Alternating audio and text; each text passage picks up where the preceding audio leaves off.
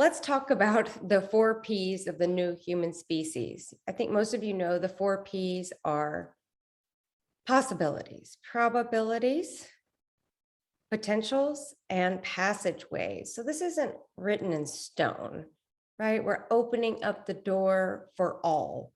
New energy is being open to all, not either or, but and. So one of the potentials for the new human species is a mind that can comprehend the infinite.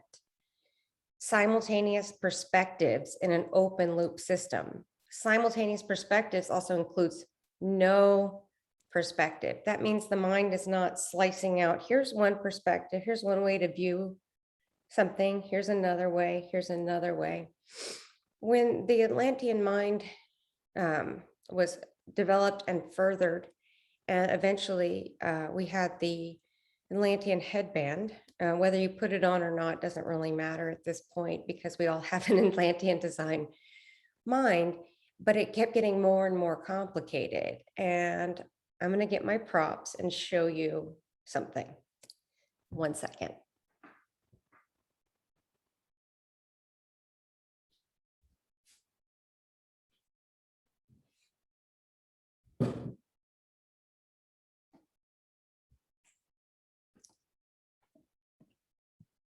So here we have a box. Yeah, I probably should have had it sitting next to me, but that's okay. It's about flow, not perfection. So when we first designed the brain, it was this open box. Yeah, and we kept popping out of physical form because the mind was needed to stay in physical form. The mind is what creates the dreamscape that you are living in, called relative reality or the real illusion. And it was a way of convincing, for lack of a better term, convincing you that you were this physical form and you were limited to this time and this space. Now we did that, all of us here, with pure intent to learn how energy works, right? And that's what we've done. We learned how energy works, or we are learning, or will learn. So kept popping out. So what the Atlantean headband did was close the box, closed loop system, right? So that kept us in physical form. It was never intended to be the prison it has become, or something to overcome, go beyond the mind. Yet that's exactly what occurred. So in a closed loop system, let's say you have a thought form. It's a tennis ball from my dog. So you have a thought form. It goes into the closed loop system, right? The box is closed. The thought form's in there, and it has nowhere to go. It just keeps repeating itself, that looping thought. You can't hear it, but the ball's just bouncing around in here, right? It's just flying around. So what happened is we've been incarnating long enough that the thought form, you start to develop new neurons to judge the thought form. Why isn't it going away? What is it trying to teach me? And then you judge the judgments. You see, it multiplies. So it kept creating new and new and new. The brain kept getting more and more sophisticated, but none of this had anywhere to go. That's why people feel like they're going crazy, because instead of one tennis ball in here, they have millions of billions, bazillions of tennis balls in here rattling around with no exit strategy. That's why people do drugs, why they do dangerous sports, the adrenaline junkies, because they want to quiet that mind. But as soon as they stop doing the drugs, or, ayahuasca or whatever else, it's a million bazillion tennis balls in a box going, wah, and it just keeps multiplying. So the potential, the possibility, the probability, Katumi saying, for the new human species is that the box goes back open. But we've been in physical form long enough to it's not going to make us pop out of physical form to open up the box and have an open loop system. So where's my tennis ball? So when you have a thought that goes through the open loop system, it goes in and then it bounces back out. things just move through you. It doesn't get sticky anymore. So I'll have a thought come up, something, my brain will say something could happen to the dog, and then it gives me an imaginary scenario, and it goes boop, and then it comes back out, and it doesn't get sticky, and I don't have to analyze it, because it's not, the only reason we analyze things, overanalyze things, instead of just going, oh, that was just energy, it was just a communication, neutrality, creative neutrality, instead of it, otherwise it just keeps persisting, right? And that developed our need to perceive, that addiction to position, right? So we're going to open back up through pure awareness, the closed loop system into an open loop system. The new neural networks that are designed won't be in a loop. They'll be, Katumi and Yogananda are saying, more of a spiral, where it spirals through and it goes out, and it's moving through you without its stickiness. And it doesn't loop back around again to repeat itself, because the new neural networks know that's not what we need to do. And we're not in the fight or flight survival mode, right? So this also affects the brain and the mind. The brain is part of the nervous system, so that you'll have that catastrophic thought, and it gets stuck in that closed loop system, and then it impacts the nervous system. When Adama says relax into your enlightenment, it's the same thing the yogis were trying to say. You need to activate the parasympathetic nervous system, the rest and digest system, to expand and to allow this open loop system. I always wondered why I got sent to yoga school. Now I know all that yoga anatomy is really coming in handy. So when you have the open loop system, what you have is an omni-awareness. Now, when you're navigating the void, what that feels like is chaos. It's actually an omni-awareness. The chaos is actually omni-awareness. New energy moves in all directions. Your tennis balls, your ping pong balls are going in all directions, right? But the new human species mind understands that there is a pattern, a blueprint, a code, a new energy code that was once perceived as chaos by the closed loop system brain, and is no longer perceived that way. It becomes, chaos becomes your creative potentials, possibilities, probabilities, and passageways, the 4 Ps. Ooh.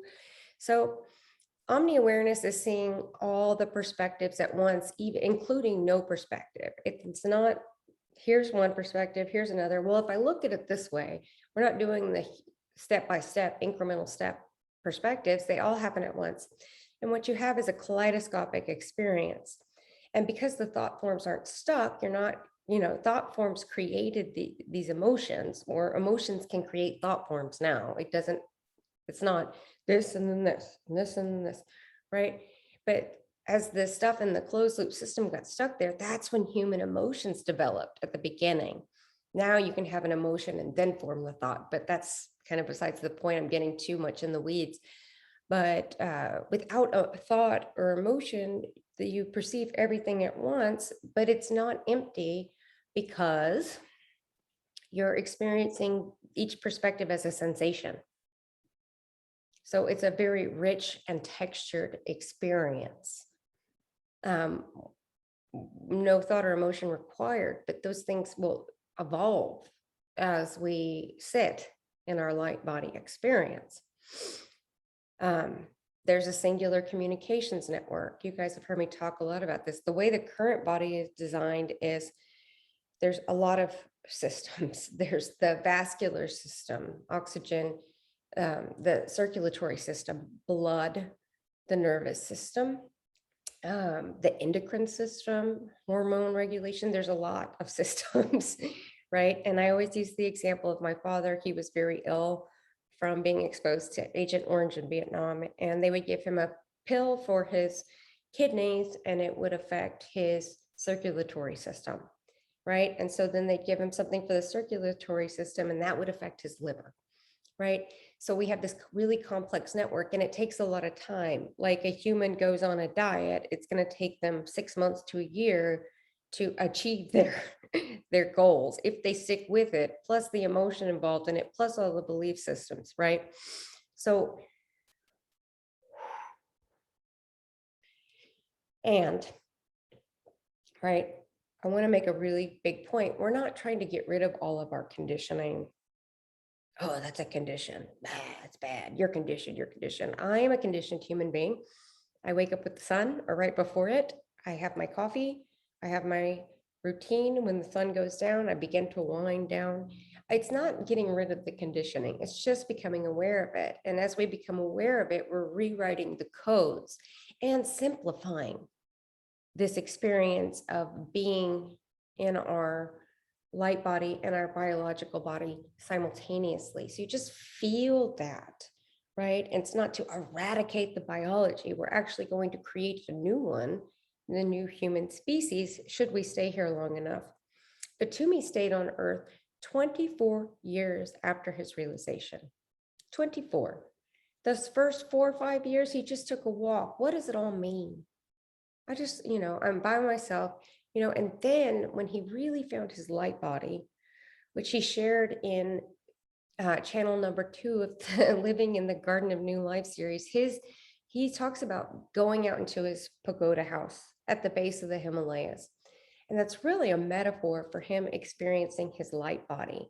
And then as the story goes, Moria shows up in his light body and they look at each other and they say, oh, they're communing with one another. They've gone from relationship to communing ships. So as I bring all this information out, what I have done is I took the stream of Yogananda, the stream of Kuthumi in all his facets, and the stream of myself, and the base layer that was provided by Moria, and I put them all into one voice. So who's talking? All of us. You know who else it includes? You. You're in here too. We tapped into all this. We didn't record this until we had our first call about the first 2 videos. So those people also added their consciousness and energy to it. You have a divine blueprint, which we talked about in the second video, and inadmittably cannot be copied, unique to you, light design for this light. We also tapped into that. A gentle backing away from the need to perceive, as we talked about in the new soul channel, which is included in this light body experience package. So one day I was having lunch with a friend in Whole Foods. This is Lauren's story. And she was on a diet and it was working well. And she was telling me about how fruit works with the system and how this spinach works with the system. And I said, she was aware enough. And I said, one day there's going to be an anatomy and physiology book on how the new human species works. And her eyes got real big, and she's like, yeah, that's fine, but I'm just going to keep doing my diet right now, which is sweet and funny, not a judgment. So we're going to start writing it. Right. And so the Yogananda really helped me with this next part, but I also know that I helped write it. The science of God self-realization, which is what Yogananda taught in his last lifetime here on Earth from the late 1800s until 1952, he said, was the creation of this new human species. He didn't call it that. He said, God lives in your spine. Sitting in an auditorium in Los Angeles in 1924, 25, and he says, God lives in your spine. And the whole audience was like, oh, wow. Anybody else could have walked on that stage and said that, and they would have thrown tomatoes at him. But he was something special. So we begin the textbook for the anatomy and physiology of the new human species. And we're not going to get too far into it because the brain's still trying to grasp at a few things. So Pia Matur. What is Pia Matur? The beginning of our open loop system. It's not just for the brain, but it's for the whole body. To be an open loop system, allowing time and space to move through you, allowing times and spaces The light body is a vehicle to experience your I am consciousness directly on earth and in other realities. So the new energy experience often begins in the nervous system. You have been doing this your whole life, whether you know it or not. Your nervous system has been preparing itself to have this experience. The pia mater is a thin layer of connective tissue, and it entirely covers the surface of the brain and the spinal cord. It's like a protective layer. It also was part of the design of the body to keep the perception of being in time and space, not stuck in it, but to have the experience of being in time and space. The pia mater is vascularized, so it helps in the production of new blood vessels. Arteries, this is all the stuff that keeps your heart pumping blood. Arteries and veins enter the spinal cord from the pia mater. So the pia mater is the connective tissue, really, between the mind and the heart, the head and the heart. And to keep it simple, this is humanity and divinity, energy and consciousness meet in the heart center.